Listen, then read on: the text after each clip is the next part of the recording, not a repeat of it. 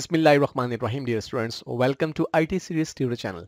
अपनी इस वीडियो में हम बात करेंगे डिफरेंट टाइप्स ऑफ लिस्ट की और देखेंगे कि हम HTML में किस तरह से ऑर्डर्ड, अनऑर्डर्ड, डेफिनेशन लिस्ट और नेस्टेड लिस्ट को क्रिएट कर सकते हैं। तो आइए अपने लेक्चर का आगाज करते हैं।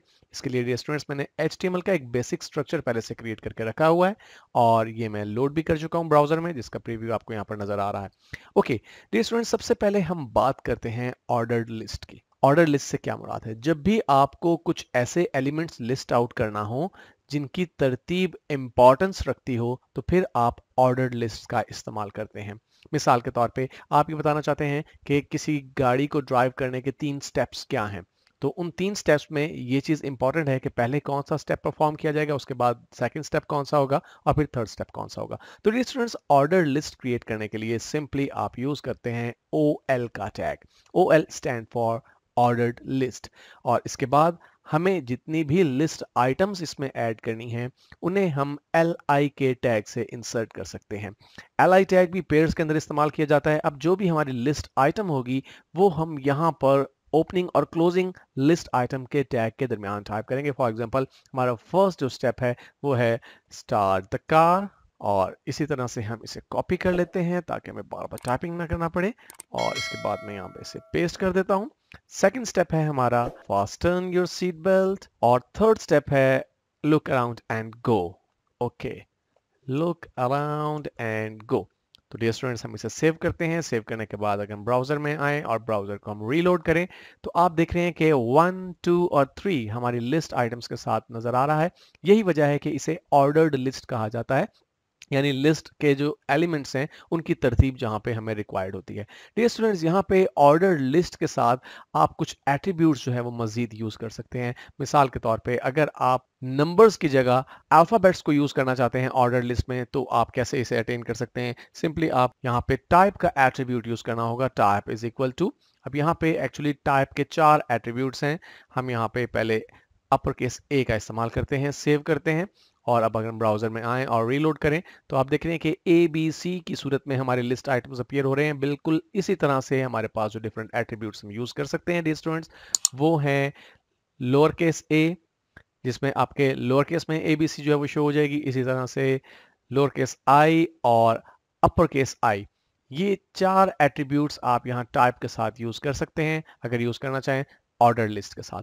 इसके अलावा डियर स्टूडेंट्स, ऑर्डर लिस्ट के साथ एक और खास चीज जो आप अटेन कर सकते हैं वो ये है कि आप इसकी कोई स्टार्टिंग वैल्यू दे सकते हैं। अभी बाय डिफॉल्ट अगर मैं इसकी टाइप मेंशन ना करूं तो आप देख रहे हैं कि ये ऑर्डर लिस्ट एक्चुअली 1 से स्टार्ट होती है और फिर 2 और फिर 3 हमारे लिस्ट आइटम्स के साथ शो होता है। अगर मैं यहाँ पे स्टार्ट का एट्रीब्यूट यूज करूं, स्टार्ट इज इक्वल टू, और 5 टाइप कर दूं डबल कोटेशन मार्क्स के अंदर, तो आप देखेंगे कि आपकी जो ये लिस्ट है बजाय 1, 2 से स्टार्ट होने से 5 से स्टार्ट हो रही है और फिर नंबरिंग ऐसे ही आगे चलती जा रही है। ये डियर स्टूडेंट्स आप इसलिए यूज करते हैं जब आप कुछ टेक्स्ट लिखने के बाद लिस्ट आइटम शो करना चाहते हैं, फिर आप कुछ सिंपल टेक्स्ट यूज करना चाहते हैं और फिर उसी लिस्ट को कंटिन्यू रखना चाहते हैं, तो फिर आप स्टार्ट का एट्रीब्यूट भी ऑर्डर लिस्ट के साथ इस्तेमाल कर सकते हैं। ऑर्डर लिस्ट के बाद डियर स्टूडेंट्स, हमने जो दूसरी चीज डिस्कस करनी है वो है अनऑर्डर्ड लिस्ट। नाम से ही जाहिर है कि ऐसी लिस्ट जिसमें ऑर्डर इंपॉर्टेंट नहीं है वो अनऑर्डर्ड लिस्ट कहलाती है। तो इसके लिए जो टैग यूज करते हैं डियर स्टूडेंट्स वो है UL tag. UL stand for unordered list, और बाकी काम बिल्कुल वैसे ही है जैसे कि हमने ऊपर लिस्ट में किया, यानी LI का टैग हमें यूज करना है।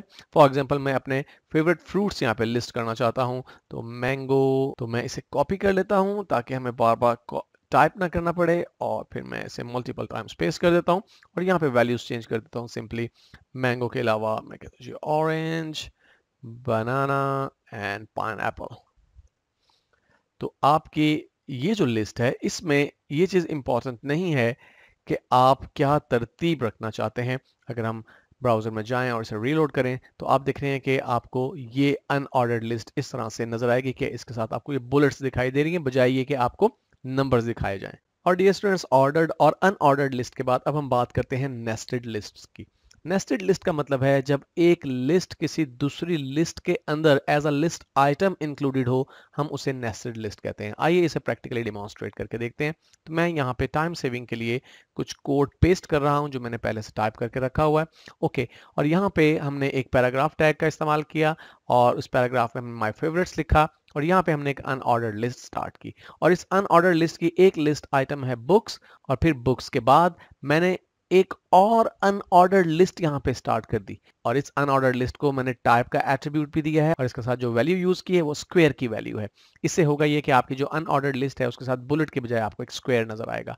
और फिर यहाँ पे ये जो दो लिस्ट आइटम्स हैं ये एक्चुअली इस अनऑर्डर्ड लिस्ट की आइटम्स हैं और ये अनऑर्डर्ड लिस्ट इटसेल्फ इस अनऑर्डर्ड लिस्ट की चाइल्ड लिस्ट है। अगर हम इसे सेव करें और सेव करने के बाद ब्राउजर में आके ब्राउजर को रीलोड करें तो आप देखेंगे कि हमारी जो नेस्टेड लिस्ट है वो किस तरह से दिखाई देती है। ये वो टेक्स्ट है जो हमने पैराग्राफ की मदद से अटेन किया। उसके बाद आप देख रहे हैं कि हमारी अनऑर्डर्ड लिस्ट शुरू हुई और बुक्स जो है ये हमारी पहली अनऑर्डर्ड लिस्ट आइटम थी। फिर बुक्स के बाद हमने एक और अनऑर्डर्ड लिस्ट शुरू कर दी थी और वहां पे हमने दो लिस्ट आइटम्स ऐड की थी, वो आपको यहाँ पर नजर आ रही हैं और उनके साथ हमने जो टाइप का एट्रीब्यूट यूज किया था वो स्क्वायर था। इसी वजह से यहाँ पे आपको बुलेट की जगह स्क्वायर नजर आ रहा है। बिल्कुल इसी तरह से जब हमने इस अनऑर्डर्ड लिस्ट को यहाँ पे क्लोज किया तो एक्चुअली ये अनऑर्डर्ड लिस्ट कंप्लीट हो गई।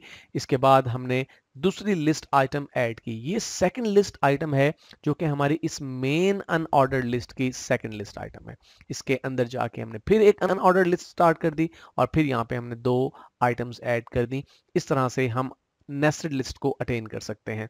और आखिर में हम बात करेंगे डेफिनेशन या डिस्क्रिप्शन लिस्ट की। डियर स्टूडेंट्स, डेफिनेशन या डिस्क्रिप्शन लिस्ट एक खास किस्म की लिस्ट है जिसमें आप डिफरेंट टर्म्स यूज करके उनकी डिस्क्रिप्शन या डेफिनेशन को लिस्ट कर सकते हैं।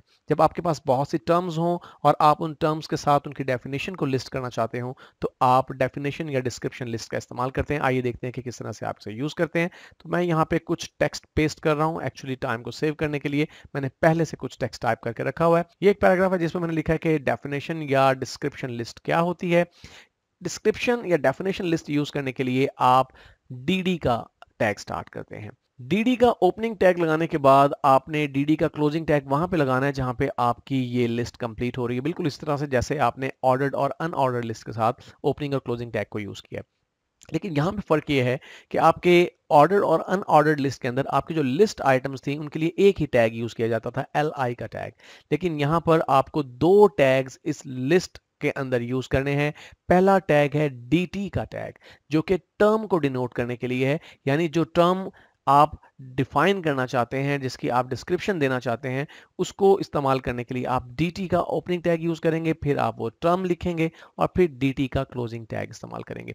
फिर उस टर्म की जो डिस्क्रिप्शन या डेफिनेशन है उसके लिए आप dd का ओपनिंग टैग लगाएंगे, फिर वो डिस्क्रिप्शन या डेफिनेशन टाइप करेंगे और फिर dd का क्लोजिंग टैग लगाएंगे। तो इस तरह से मैंने यहाँ पे तीन जो है वो लिस्ट आइटम्स ऐड की हैं। अगर हम इसे सेव करें और सेव करने के बाद हम ब्राउजर में आएँ और ब्राउजर को हम रीलोड करें तो आप देखेंगे कि आपकी डिस्क्रिप्शन लिस्ट किस तरह से नजर आ रही है। यहाँ पे ये पैराग्राफ है जो कि हमने यूज किया और उसके बाद कैपिटल ये टर्म है और ये फिर आपके उस टर्म की डेफिनेशन या डिस्क्रिप्शन है। इसी तरह से डेटर, जर्नल ये टर्म्स हैं और ये इनकी डिस्क्रिप्शन है। तो इस तरह से डियर स्टूडेंट्स आप ऑर्डर्ड, अनऑर्डर्ड, नेस्टेड और डेफिनेशन या डिस्क्रिप्शन लिस्ट को HTML में इस्तेमाल कर सकते हैं।